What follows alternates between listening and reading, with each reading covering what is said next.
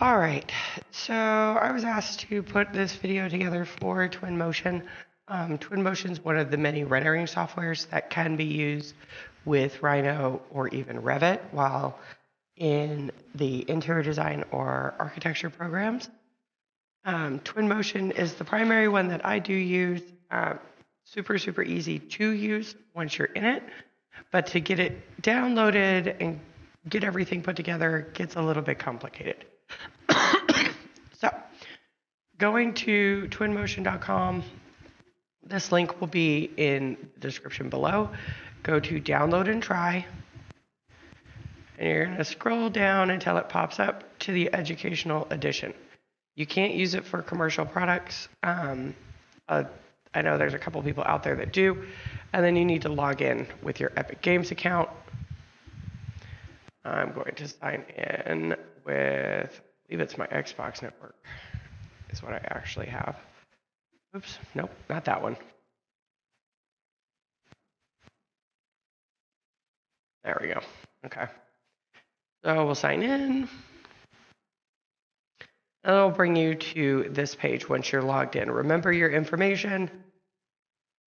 Then you're going to download this launcher.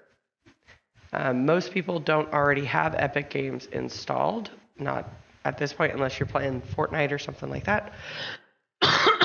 So go ahead and hit the download installer. If you do have the Epic Games installer, looks like this on your desktop. If you have this, then you'll select this one and open the launcher. After it's downloaded, relog into go ahead and open it, log into the Epic Games, and then go under Unreal Engine. And it will be the last one called TwinMotion. There's multiple editions in here. You don't need to do the preview one. That's for people with quite a bit of experience. So just do the regular 2023 1.2. That's the latest update. And then this will say launch for you. Instead, do not click this. This is a no. This install engine goes to Unreal, and unfortunately, it is significantly more complicated to use than TwinMotion. TwinMotion is kind of plug and play. Once this installs, it shouldn't take horribly long, but it can take a little bit. It is a larger file. Once it's installed, you will go down, scroll all the way to the bottom, and go to download the plugins. And there are 1,000,001 plugins for this thing. For 3ds Max, ArchiCAD, BriskCAD, which we don't use here, or City Engine we don't use. Navisworks does allow for it, and then we have Rhino and Revit. These are our two that we want. All of these other ones, if you're using SketchUp for something, absolutely, I've had it downloaded for that. You can sync into Unreal and import in Unreal with it, but there's no reason. So for Rhino, I don't have mine currently installed, so I'll go ahead and walk through it. Go ahead and click the download. I have to hit keep because mine is rude. Come on, thing. There we go. And it's going to pull this up, and we're going to go through the process. As for Revit, I already have this.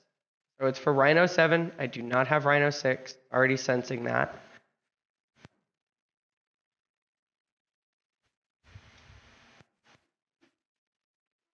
Okay. Click yes on anything that pops up. Come on.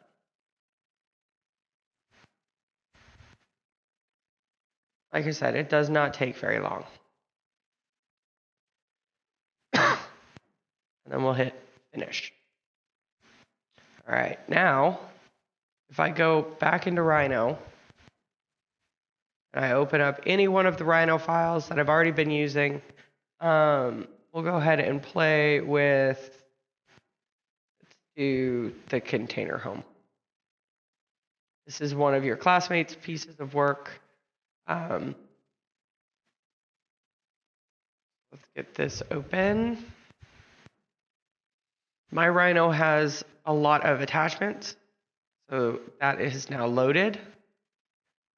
Let Grasshopper load. There we go. Okay. Now, this is what you're looking for. There's also a tab right here on your Rhino. This primary components is the most important. So drag this up and drop it in there. Just remember that this is what that is.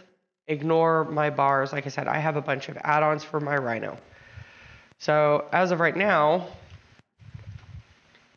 here's your classmates' work. It was the basic container. I'm going to go ahead and delete a couple of things off of here. We were pulling information. So, and then I have somewhere in here.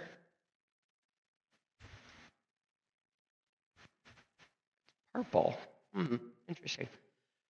I think I have something hidden that I shouldn't. Yep, there it is. Ta-da. Okay. I'm going to go ahead and get rid of all of these dimensions. We don't want any of this stuff showing.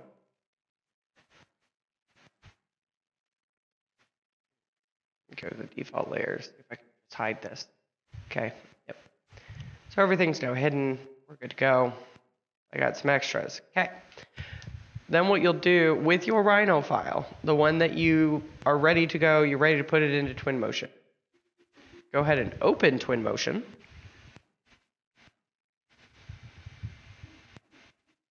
And a brand new file should load. As you can see on the bottom of my screen, it tells me how many megs of RAM I'm using. TwinMotion files can get extremely large, so do pay attention to how much stuff you're putting in.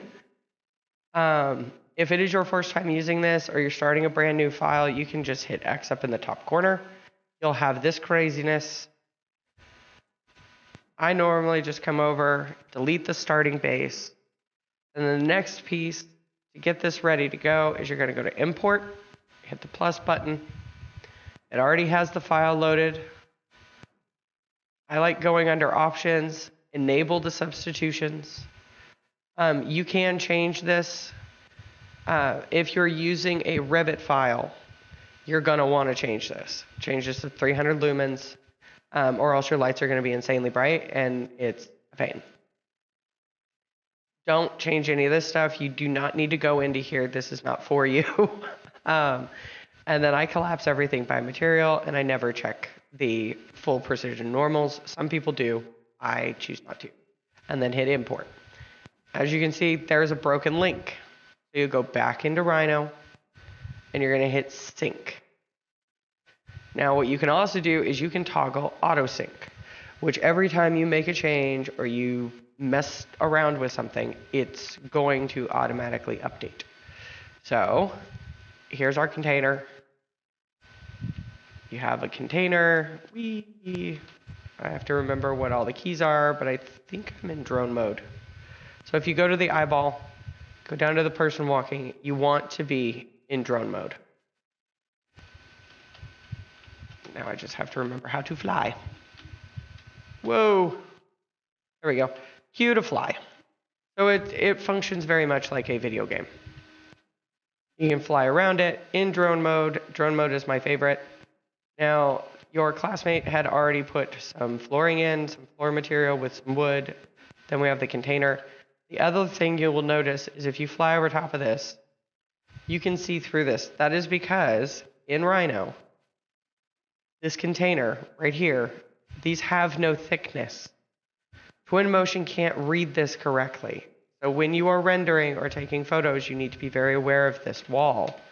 If you drop back and you kind of come off of it, it should fix itself. If it does not, from the inside, you'll have to add a little bit of a thickness. That's a whole different situation. So the other piece that I will run through very fast is this material craziness. We're going to play with just the outside material really fast though.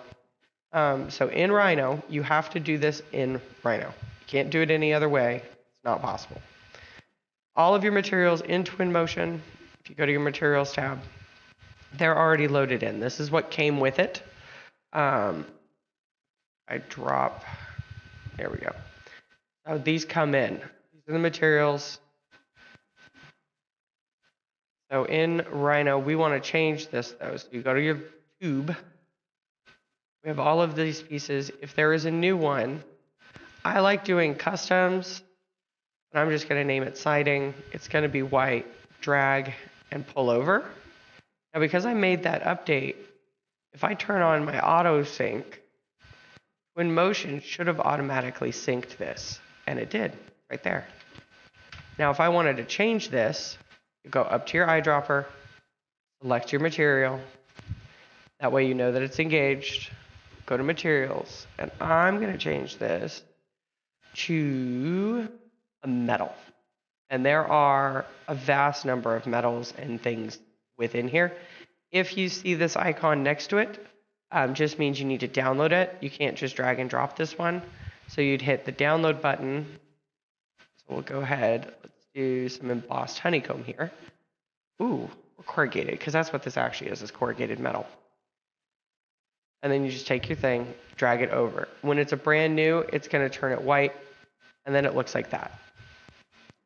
The other piece for materials in particular is like the scale. If you make this bigger, now it doesn't look as ridiculous. Probably rotate this 90 degrees. So if I change this to 90, now it's a little more upright. If this were a flat wall, where it had none of the ridges that we already put in it, you could do this quite easily with it, and it would give you that look. But because we've already done that, it's not quite lining up the way that we wanted to. You could change it out to some perforated dots if you wanted. And notice this already reads with the central pieces out. That actually looks kind of cool, to be honest. I'd put some glass behind this. I'll have to save that for a facade material. So your materials will automatically save. The other thing that you can do is if you have a user library, you can make a whole new category, rename it. Just right-click, rename it. We'll just name this materials. And you can save, let's say I want this one. You can add this to your user library, drag it under there, and now you have it forever. Don't forget to do a file, save as, save your TwinMotion file where it's supposed to be, and then you're good to go. If you have any questions, put them down in the comments. If not, get a hold of your classmate or log on and schedule an appointment with the tutoring center. Hope this is helpful for you guys.